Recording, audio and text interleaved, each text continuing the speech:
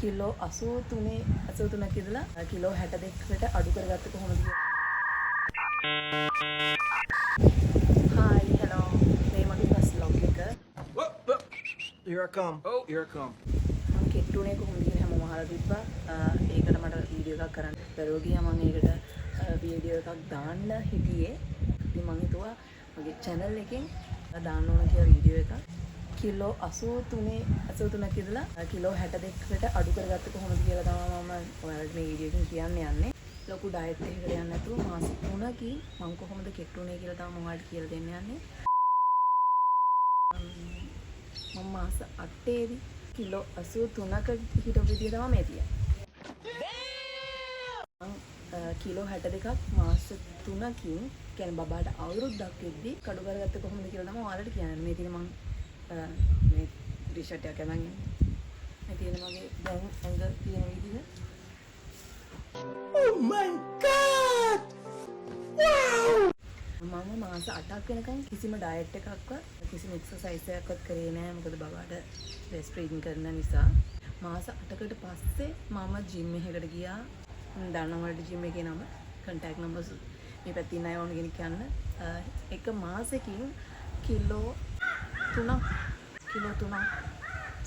මාස 8න් තමයි මම ජිම් එකට ගියේ. මොකද මම මාස 9න් යන්න ඕන ආයෙ වර්ක් කරන්න යන්න ඕන. මම ඩාන්සින් කරන නිසා මම මාස මාසයක් ජිම් එකට ගියා. යන්න ඉස්සෙල්ලා කිලෝ 83 චුට්ටක් හරි අඩු කරගන්න ඕන නිසා. මගේ කිලෝ 3ක් අඩු වෙලා තිබ්බා. මම එතකොට වර්ක් කරන්න යනකොට කිලෝ 79ක් තිබ්බා මගේ බර. ඊට පස්සේ මම මාස 9න් පස්සේ මම උදේ හවස කරන්න යන නිසා පොඩි ඩයට් ප්ලෑන් එකකට ගියා.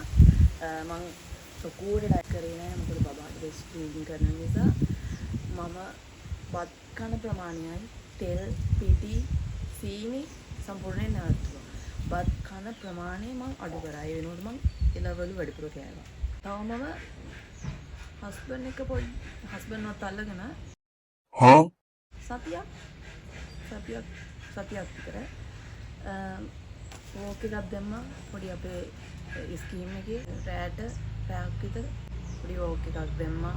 මේ ජොබ් එකට ගියාට පස්සේ එකපාරට මට ආයේ ඩාන්සින් කරන්න බෑනේ. ඇත්තටම කිලෝ 79 දැන් ඩාන්සින් කරන්න පුළුවන් ෆිගර් එකක් නෙමෙයි තියෙන්නේ. ඉතින් මම ඊට පස්සේ බබාට මාස 10ක් වුණාට පස්සේ මම වර්ක් කරන්න ගියාට පස්සේ මම ඩයට් ප්ලෑන් එකට ගියා. මම බත් කන ප්‍රමාණය අඩු කරා. සීනි පිටි තෙල් සම්පූර්ණයෙන් නතර කරා. Bye bye. Tata. Goodbye. නතර කරලා බොම මාරුවෙන් නතර කරා. නතර කරලා මම ඩයට් කරාට පස්සේ ඩයට් ප්ලෑන් එක පටන් ගත්තට පස්සේ කිලෝ 7යි වෙලා තිබ්බා මම.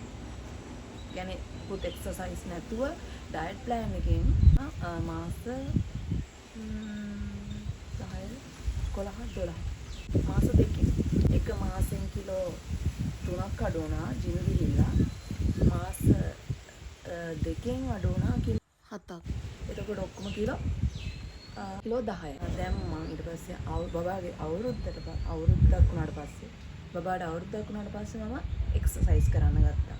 ඉස්සෙල්ලා මම කරේ සුම්බා එක්සර්සයිස්. මම වලට දාන්නම් මෙන්න මේ එක්සර්සයිස් දෙක තමයි මම මේ කරේ. ඒ රූටින් එක මම ඒක කරේ අපේ ජොබ් එකේ අපි ඩාන්සින් ප්‍රැක්ටිස් කරන්න පටන් ගන්න ඉස්සෙල්ලා හැමදාම 8:00 10:00 ටයිම් එක PT වලට කියන අපි එක්සර්සයිස් වල තමයි ඉන් කරලා තියෙන්නේ. ඒ ටයිම් එකේ මට chance එකක් හම්බුණා සුම්බා කරන්න. සුම්බා කරන්න chance එකක් හම්බුණා. මම සුම්බා රූටින් දෙකක් කරා. ඒ කියන්නේ විනාඩි 45 සුම්බා රූටින් දෙකක් කරා. ඒකේ මේ රූටින් එකයි තමයි මම කරේ. ඒ රූටින් දෙකෙන් සති 3ෙන් මගේ කිලෝ 10ක් අඩු වුණා. සති 3ෙන්. හැබැයි මම කරපු රූටින් දෙක හાર્ඩ් කරා. මම නිකන් කරන්නම් වාලේ ඔහේ නෝමල් එකේ කරේ නෑ. මොකද මගේ ඇඟ අඩු කරගන්න මට උනන්දුව තියෙනවා. මම ඒ නිසා සුම්බා කරාට පස්සේ මම කරේ ෆාස්ට් සුම්බා ෆැට් බර්න් මේ රූටින් දෙක. ඒකෙන් කිලෝ 3ක් අඩු වුණා. එතකොට සම්පූර්ණයෙන් මගේ ඉස්සලාම අඩු වුණා කිලෝ 3ක්. ඊට පස්සේ ඩයට් එකෙන් කිලෝ 7යි. මේ කිලෝ 10යි. දැන් මේ සති දෙකට කොහමද සුන්දර රුටින් එක කන්ටිනියු කරගෙන ගිහිල්ලා තව කිලෝ එකක් අඩු වෙලා තියෙනවා. මම හිතන්නේ තව අනිවාර්යයෙන්ම මාසෙකින් මම හිටපු ගානට වෙනවා. කිලෝ 55කට. මේ තියෙන මගේ ඉස්සෙල්ලා තිබ්බ ෆිගර් එක. දැන් මේ ගාන තව මාසෙන් ඔයාලට මම වීඩියෝ එකක් දාන්න ආයේ ඒ ගානට. තව දෙයක් අනිවාර්යයෙන්ම ඔයාලා දැන් ඔයාලා හිතනකො මේ වීඩියෝ එක දැන් මම ඔයාලා මේ වීඩියෝ එක බලලා මේ වීඩියෝ එකේ විදිහට මේ රූටින් ඔක්කොම කරගෙන යනවා. කරගෙන ගිහිල්ලා කෙට්ටු වෙන්නේ නැහැ. ඒක ඔයාලගේ ශරීරයට බලපාන දේ වෙනස්. සමහර අයට තියෙනවා කොච්චර කෑවේ නැත්තත් ඇඟ වෙන්නේ අඩු වෙන්නේ නැති ඇඟවල තියෙනවා. ඒගොල්ලෝ සමහර වෙලට පරම්පරාවෙන් විහි වෙන්න පුළුවන්. සමහර අයගේ ශරීරවල වෙනස්කම් හෝමෝන් වෙනස් වීම වෙනවනේ. ඒ විදිහට වෙන්න පුළුවන්. ඒ වගේම අනිවාර්යයෙන්ම ඔයාලා බලන්න ඕන කොච්චර ඩයට් කරත් කොච්චර වර්ක්අවුට් කරත් ඔයාලා දැන් මේ මුකුත් වර්ක්අවුට් නොකරනකොට ගෙදර වැඩ, ගෙදර බබාගේ වැඩ එහෙම කරන කවුරු හරි ඉන්නවනම් ඒ වෙලාවලත් ඔයාලගේ ඇඟ අඩු වෙන්නේ නැත්නම් අනිවාර්යයෙන්ම ඔයාලා ටෙස්ට් එකක් කරන්න ඕන.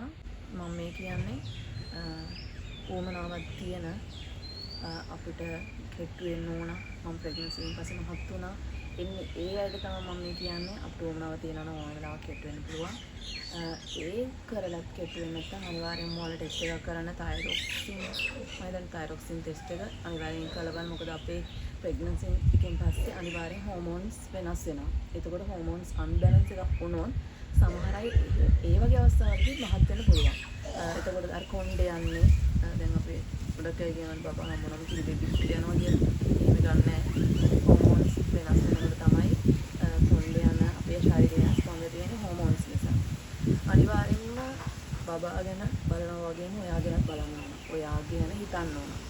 ඒ නිසා ටෙස්ට් අනිවාර්යෙන් ටෙස්ට් එකක් කරන්න. මම හිතනවා ඔයාලට වැදගත් වෙන්න ඇති කියලා වීඩියෝ එක ඔයාලට වැදගත් වුණා නම්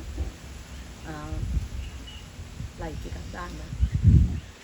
තව කෙට් වෙන ඕන කට්ටිය ඉන්නවනම් එයාලට බලන්න ෂෙයා කරන්න. අනිවාර්යෙන්ම සබ්ස්ක්‍රයිබ් කරන්න.